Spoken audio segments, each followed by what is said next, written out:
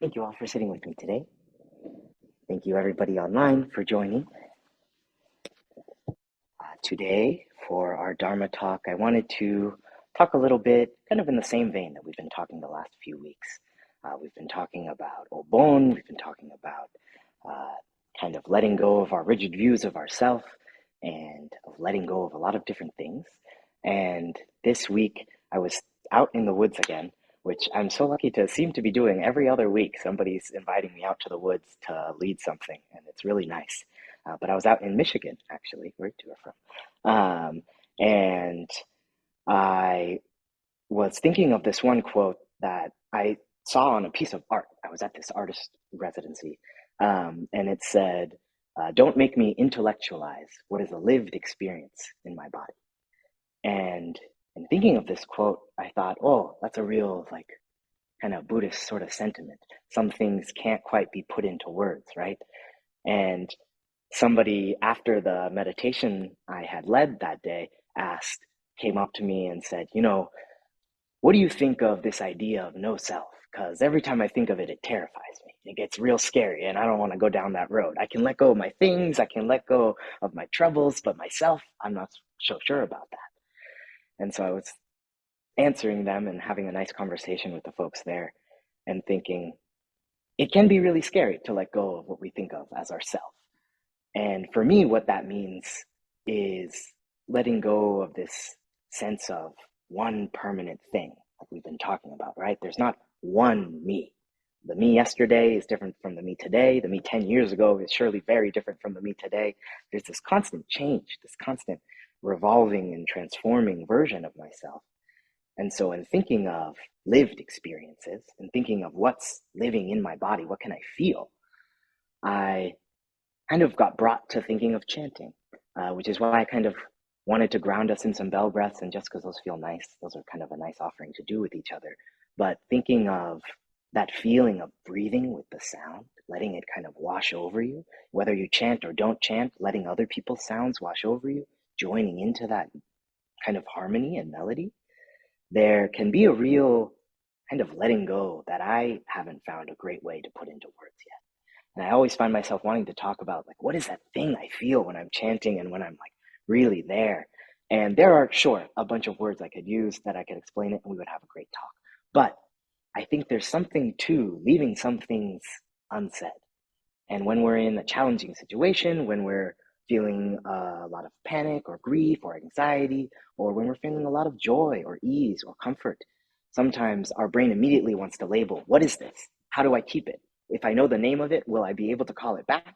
Right? If I'm feeling good right now, and I know I've been struggling with feeling good all week, once I start feeling good, can I rest in it and let it be? Or am I going to start analyzing it, trying to name all the things in my conditions so I can set this up again, so I can make myself uh, prepared to feel this again? And on some level, yeah, we got to pay attention to what's happening in our life, right? We have to know what we're doing, what we're feeling, or at least try to, so that we can work with ourselves. But there are some things that I think we don't have to label. We don't have to just put names to and try to box it in, because it's more than the kind of dualism of our words, right? When we're chanting, it matters what's in the sutra. It matters what it means that we're chanting, which is why we have the translations, which is why you can look up any sutra. But more than or equal to what it means is the sound of it, is how it feels to do it, is what it lets arise in you. They kind of have, I don't know, a bunch of different old scholars have made up like a mantric theory. And so the sounds of the sutra matter. How it sounds matters for what's coming up in your body, right?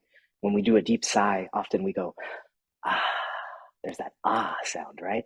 And that's why in a lot of the calming chants or the chants that are about compassion, they have a lot of ah sounds. That one we did, Enmeijuku Kanonjo, it has a lot of kanze on namu butsu, and that's a chant all about compassion, all about avalokiteshvara, kind of bodhisattva, wisdom being of compassion. And so in thinking of all these kind of things, how do we let go but still hold a form? How do we recognize some things are meant to just be there? We don't have to change them. We don't have to make them the same.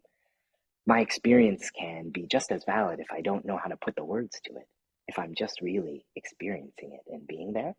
And I think for me, meditation gives me an opportunity to go beyond words a little bit, to go beyond, I'm calm, I'm stressed, I'm thinking a lot, I'm not thinking a lot, right? The goal isn't no thoughts.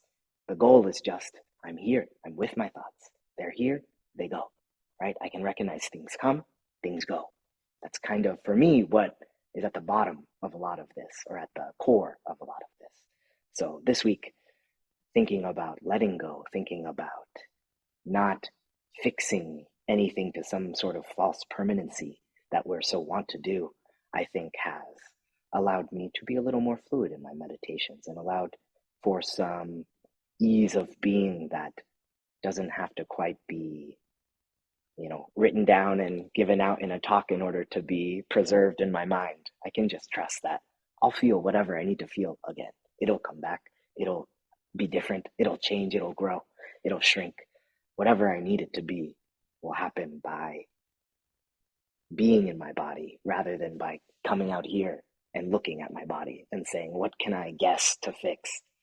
Well, why don't I start by being with what I want to fix, right?